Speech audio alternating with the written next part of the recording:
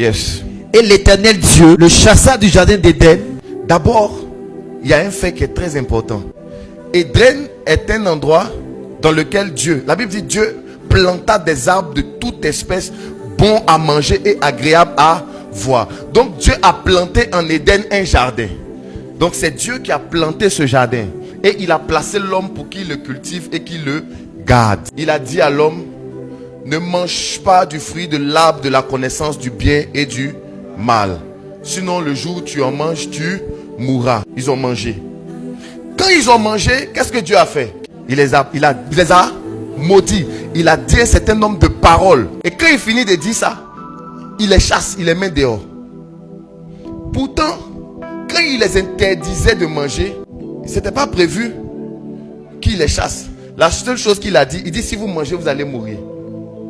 Mais pourquoi il les a chassés?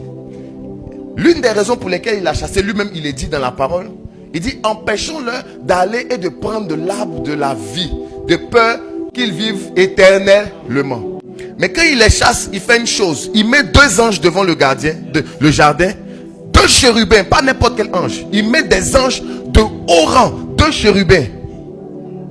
Et c'est bizarre.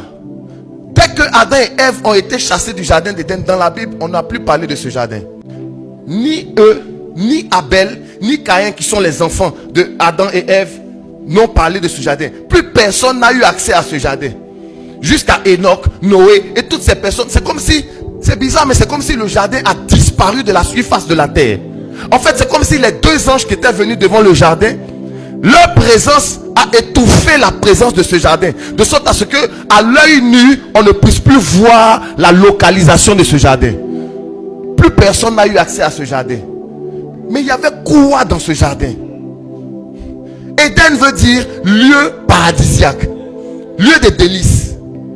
La vie d'Éden, c'était une vie de paradis terrestre. L'une des raisons pour lesquelles il a chassé Adam et Ève, il les a chassés parce que Dieu savait que ce que lui-même il avait dit sur Adam et Ève comme malédiction ne pouvait pas se manifester tant que les gars restaient en Éden. C'est lui-même qui a planté les arbres là. Donc cette terre d'Éden là peut pas produire des ronces et des épines à Adam. C'est impossible. Si Ève était tombée enceinte dans le jardin, malgré la malédiction, elle allait accoucher avec facilité. Parce que Éden n'était pas un endroit ordinaire. Éden n'était pas qu'un jardin. Éden est une dispensation spirituelle. C'est un endroit spirituel. Éden, c'est Jésus-Christ. Le Saint-Esprit m'a dit, mon fils, si tu veux comprendre le christianisme, tu dois comprendre ce qui s'est passé en Éden. Tu sais, en Éden, on donne les choses sur mesure et à ta pointure. Regarde-moi, en Éden, Dieu pense aux choses avant que toi tu n'y penses. C'est Dieu qui a dit le premier, il n'est pas bon que l'homme soit seul. Avant que Adam lui-même ne dise, je n'ai pas trouvé mon aide semblable. Dieu a pensé avant Adam. Quand tu es en Éden, Dieu pense les choses avant toi. En Éden, Dieu pense à ton mariage avant toi-même. Il pense à ta bénédiction avant toi-même. Et quand Dieu les chasse, le jardin disparaît. On n'en parle plus. Et c'est seulement ceux qui sont spirituels dans l'Ancien Testament qui en parlent, mais de façon voilée. David dit, il dit, fais de l'Éternel tes délices. Il te donnera ce que ton cœur désire. Délices veut dire Éden. Fais de l'Éternel ton Éden. C'est-à-dire, réussis à habiter à niveau à Éden. Et puis tout ce que ton cœur désire. Parce que c'est ce qui s'est passé en Éden. Quand en Éden, les amis, en Éden, le désir se manifeste. Pourquoi j'ai dit Jésus-Christ est Éden? Jésus dit, si vous demeurez en moi et que mes paroles demeurent en vous, demandez tout ce que vous voudrez et cela vous sera accordé. Et pourquoi il parle de demeurer en moi? On utilise le mot demeurer quand on veut parler d'habitation.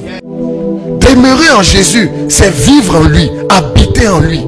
C'est pourquoi le Saint-Esprit m'a dit, ce qui est la vérité de la vie chrétienne, c'est une vie paradisiaque. Tout ce qui ne ressemble pas au paradis dans ta vie est un mensonge. Quand Dieu a pris Adam et Ève, il les a mis dans toutes les conditions de commodité.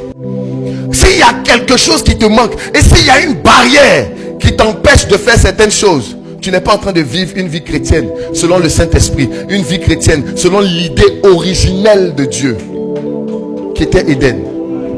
Qu'est-ce que Jésus-Christ est venu faire? Jésus-Christ est venu nous réconcilier avec Dieu pour que nous puissions revivre en Éden, que nous puissions mener une vie paradisiaque. Les amis, tu dois établir un standard dans ta vie. Le standard selon lequel tu dois marcher, c'est la vie en Christ. La dispensation de la grâce. Ce que j'ai appelé la vie paradisiaque. La vie des délices. Tout ce qui ressemble à l'amertume dans ta vie vient du diable, vient de Satan. Toutes les traces de colère qu'il y a, ce sont des mensonges. Ce sont les traces de la morsure du serpent. Ça n'a rien à voir avec ce que Jésus veut faire. Tu dois te révolter. Tu dois te fâcher, non pas contre Dieu, mais contre le voleur. La Bible dit le voleur ne vient que pour voler, égorger et détruire. Et quand les anges se placent devant Éden, il dit on va les empêcher de pouvoir avoir accès à l'arbre de la vie, pour qu'ils vivent éternellement. Mais la vie éternelle, c'est exactement ce à quoi nous avons droit en Jésus. C'est pourquoi j'ai dit que Jésus est Éden. Parce qu'en Jésus, nous avons la vie éternelle.